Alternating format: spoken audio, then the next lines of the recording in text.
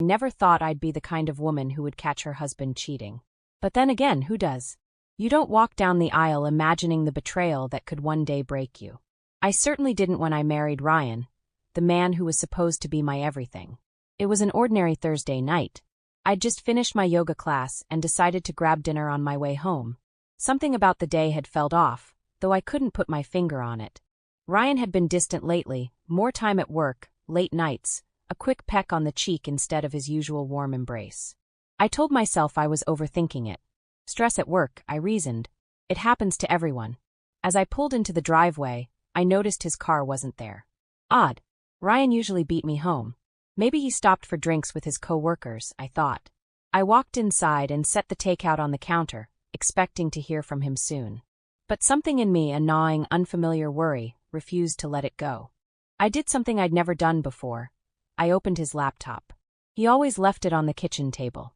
My heart raced as I clicked through the tabs he'd left open. Nothing. Just work emails and spreadsheets. I almost laughed at myself for being paranoid, but then I saw the text message notification on his screen. It was from someone named Mia. The preview read, "Can't wait to see you tonight." My stomach dropped. I stared at the screen, disbelief washing over me. Ryan had never mentioned a Mia. Maybe it was innocent, a coworker, a friend. But deep down I knew better. I grabbed my phone and called him. No answer. I called again. Still nothing. A quiet, unfamiliar anger bubbled inside me. I'd always trusted him implicitly, but now, that trust felt fragile and cracked. I opened his text messages, something I'd never even considered before, and my worst fears were confirmed. Their conversation was intimate. Too intimate. Words he'd once used with me were now meant for her. I felt sick. My hands shook as I scrolled further.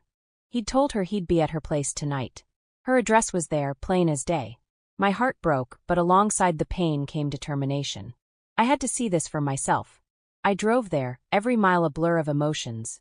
Anger, hurt, disbelief. Her apartment building was modest, and as I parked across the street, I spotted his car. There it was. Proof. My hands gripped the steering wheel so tightly my knuckles turned white. I waited for what felt like hours, though it was probably only minutes.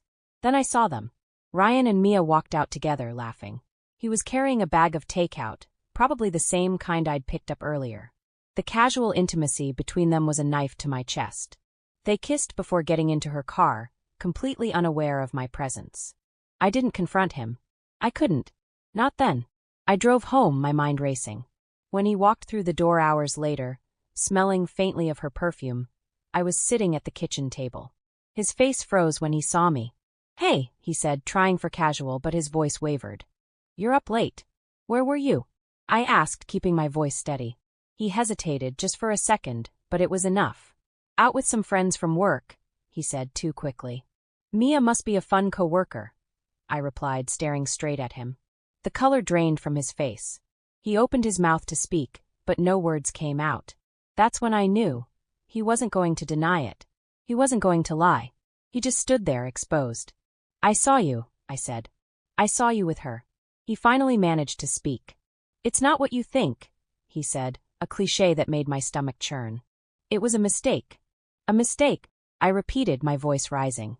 "How long has this mistake been happening?" He didn't answer. That silence told me everything I needed to know. I stood up, tears burning my eyes. "I trusted you," I said. "I thought we were happy. How could you do this to us?" "I'm sorry," he whispered. But I didn't let him finish. I walked past him, grabbed my keys, and left. I drove aimlessly, tears streaming down my face, until I finally pulled over and let myself cry. The pain was overwhelming, but so was the anger. I deserved better than this. Better than him. It's been months now. I moved out the next day and filed for divorce a week later. Ryan tried to apologize, of course. He begged me to come back, promised it was a mistake, but the damage was done. Worse still, his family found out. They were livid, and for the first time, I saw them take my side. His parents disowned him, furious that he had tarnished their family name. Healing has been a slow, painful process, but I'm learning to trust myself again.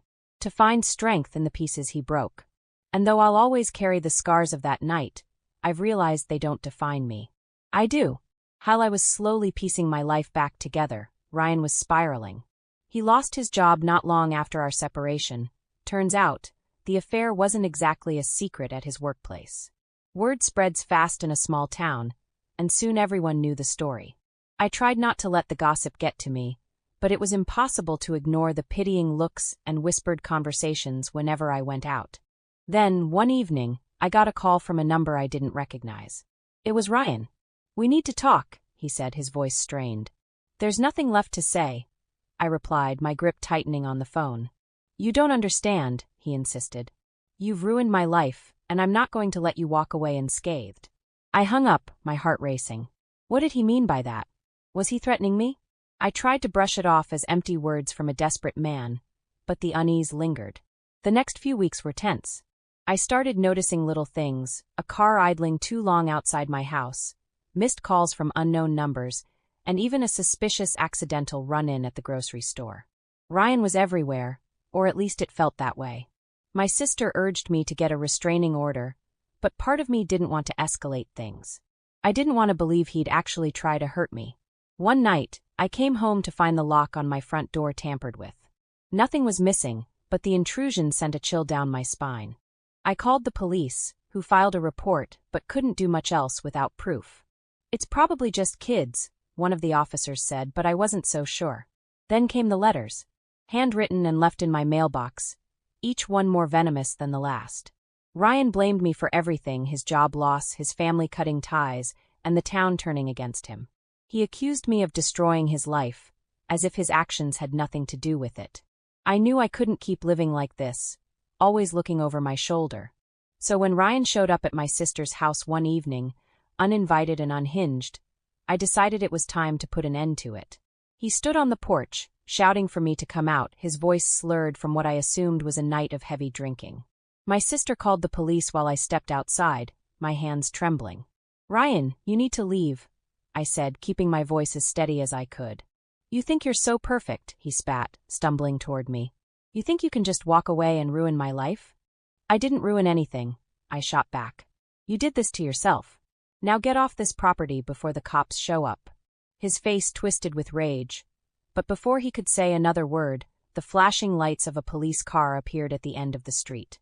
The officers escorted him away, and for the first time in weeks, I felt like I could breathe again. Ryan's actions had consequences. The restraining order I finally filed kept him at a distance, and his escalating behavior landed him in court. He was ordered to attend therapy and stay away from me, which he did, at least for a while. As for me, I focused on rebuilding my life. I started therapy, leaned on my sister and friends, and slowly began to find myself again. The scars Ryan left behind didn't fade overnight, but they became a reminder of my strength, of everything I'd survived. Looking back, I still feel the sting of betrayal, but I no longer let it define me. I'm not the woman who was cheated on, I'm the woman who walked away, who chose herself when everything fell apart. And that, I think, is the real victory. Hello, listeners.